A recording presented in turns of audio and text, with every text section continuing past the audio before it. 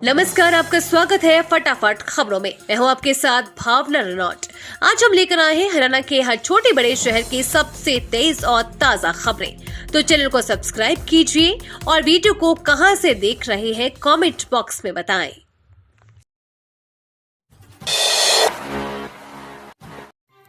सिमनैप की सीट बदलने पर सैलजा का बयान, जरूर कोई कमजोरी होगी। बीजेपी में घमासान पर कांग्रेस ने लिया स्वाद। हरियाणा विधानसभा चुनाव में जीत का भरोसा जताते हुए कांग्रेस सांसद दीपेंद्र सिंह हुड्डा ने गुरुवार को कहा कि भाजपा नेतृत्व और मनोहर लाल साहब दोनों जानते हैं कि भाजपा जा रही है और कांग्रेस यहां जीतेगी।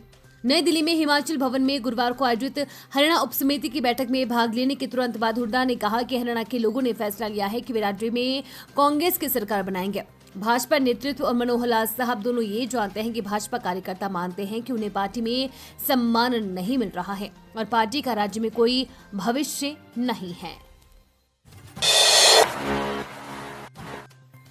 अनिल विज का तंज, विनेश फोगाट देश की बेटी से कांग्रेस की बेटी बनना चाहती है तो हमें कोई ऐतराज नहीं।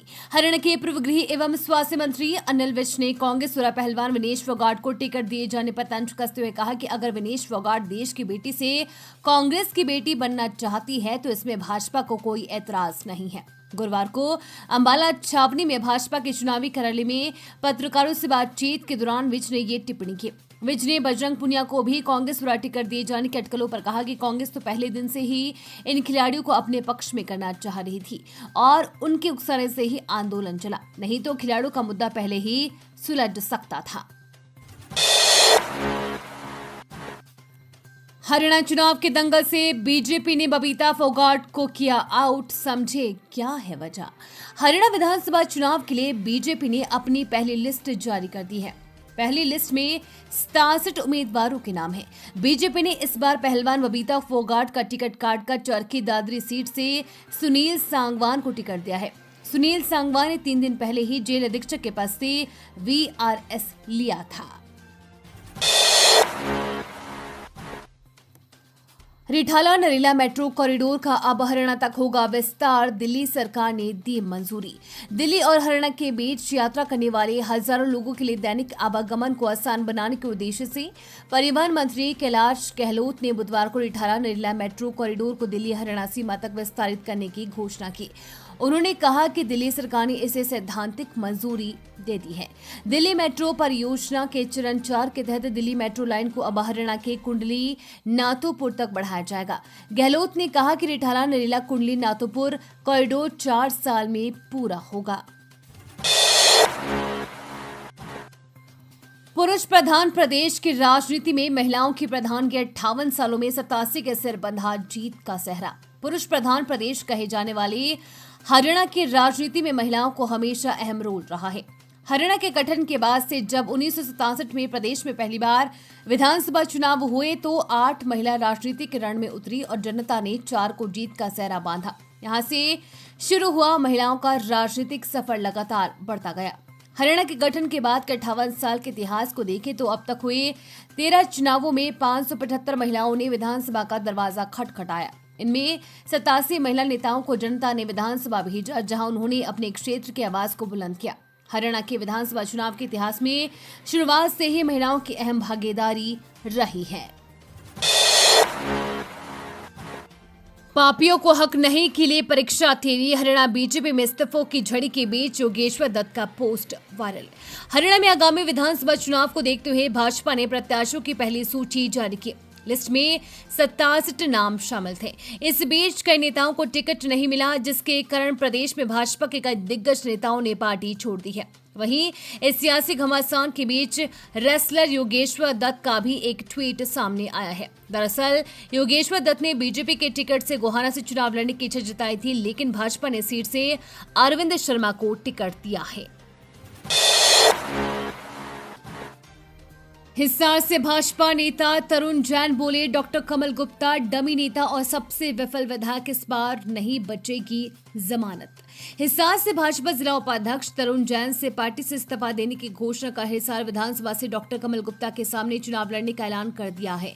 उन्होंने कहा कि हिसार की जनता के फैसले को सिर माथे रखते हुए उन्होंने चुनाव लड़ने का निर्णय लिया। मीडिया से बातचीत में कहा कि डॉक्टर कमल गुप्ता हरियाणा के सबसे विफल विधायक हैं। इस चुनाव में वे अपनी जमानत भी नहीं बचा पाएंगे। डॉक्टर कमल गुप्ता तो डमी नेता है जिनके ना कोई विजन है और ना ही समस्याओं के समाधान की इच्छा शक्ति है।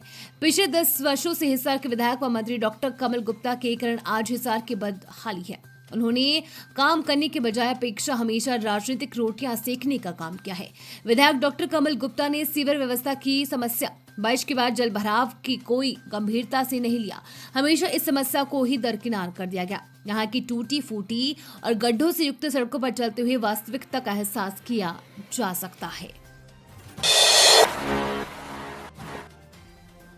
टोहाना में बसों की कमी से परेशान छात्रों ने हिसार बाईपास रोड पर किया जाम, प्रशासन के खिलाफ नारेबाजी। टोहाना के गांव पिरथला सनियाना रोड पर बसों की कमी से परेशान छात्रों ने आज हिसार बाईपास रोड पर जाम लगाकर जोरदार प्रदर्शन किया। करीब आधे घंटे तक चले इस प्रदर्शन में छात्रों ने रोडवेज प्रशासन के खिलाफ नारेबाजी की और अपनी मांगों को जोर शोर से उठाया। प्रदर्शनकारी छात्रों में नवदीप, सोनिया, ममता, सुरेंद्र सहित कई अन्य छात्र छात्राओं ने बताया कि टोहाना से सनियाना मार्ग पर बसों की कमी के कारण उन्हें स्कूल और कॉलेज जाने में भारी दिक्कतों का सामना करना पड़ता है। उन्होंने कहा कि बसों में भीड़ इतनी अधिक होती है कि छात्राओं को लटक कर सफर करना पड़ता है, जिससे हादसे का डर हमेशा बना रहता है। पुलिस ने चलाया विशेष अभियान, 1 माह में 325 आरोपियों को पकड़ा। हरियाणा के रेवाड़ी जिले की पुलिस ने अगस्त में चलाए विशेष अभियान में 325 आरोपियों को पकड़ा। अवैध शराब बेचने, सट्टा खाई वाली व जुआ खेलने, अवैध हथियार रखने और नशीले पदार्थ की तस्करी करने वालों को गिरफ्तार किया गया। एसपी गौरव राज पुरोहित ने बताया कि पुलिस ने अगस्त में 11 उद्घोषित अपराधियों को गिरफ्तार किया। 2 लोगों को गिरफ्तार कर एक देसी कट्टा, एक पिस्टल व 7 कारतूस बरामद किए गए।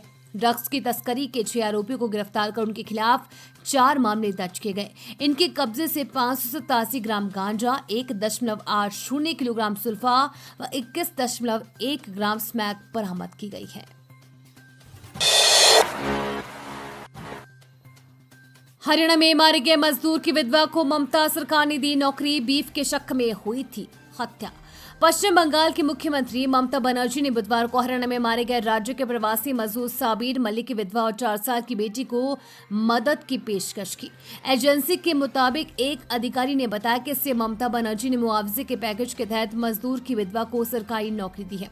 अधिकारी ने बताया कि विधवा को नियुक्ति पत्र सौंप दिया गया है और उसे बसंती BLRO ऑफिस में अटेंडेंट के पद पर नियुक्त किया गया है। मजदूर की पत्नी और उसकी बेटी ने दिन में राज्य सचिवालय नबन्ना का दौरा किया और मुख्यमंत्री से मुलाकात की। चलो तुम्हें मैं घर छोड़ देता हूँ, युवक ने कार में बिठाकर नाबालिग से किया दुष्कर्म, सोशल मीडिया पर हुई थी दोस्ती। शहर की एक कॉलोनी निवासी 17.5 वर्षीय किशोरी के साथ भूपेश नाम के युवक ने दुष्कर्म किया। आरोपी से उसके इंस्टा पर दोस्ती हुई, जिसके बाद उनकी बातचीत होने लगी। आरोपित उसे बहलाकर अपने साथ कार में लेकर गया और उसके साथ दुष्कर्म किया। शहर यमुनानगर थाना पुलिस ने शिकायत पर आरोपित के विरुद्ध केस दर्ज किया। पुलिस को दी शिकायत में महिला ने बताया कि उसकी बेटी मॉडल टाउन में एक शोरूम पर कार्य करती है। बुधवार को बेटी काम पर नहीं गई। जब उससे पूछा तो उसने बताया कि तबीयत खराब हो गई है। वो रोने लगी और कहा कि उसकी गिरी मंदिर गली निवासी भूपेश से इंस्टा पर दोस्ती हो गई थी। उससे बात होती रही, उसने मिलने के लिए बुलाया था। पिस्तौल लेकर घर में घुसे, लाखों के गहने नकदी ले गए चोर, सीसीटीवी में कैद हुई वारदात। हरियाणा के करनाल शहर के सेक्टर 4 स्थित घर में पिस्तौल लेकर 2 युवक घुस गए और लाखों के गहने व 80,000 रुपए की नकदी चोरी कर फरार हो गए।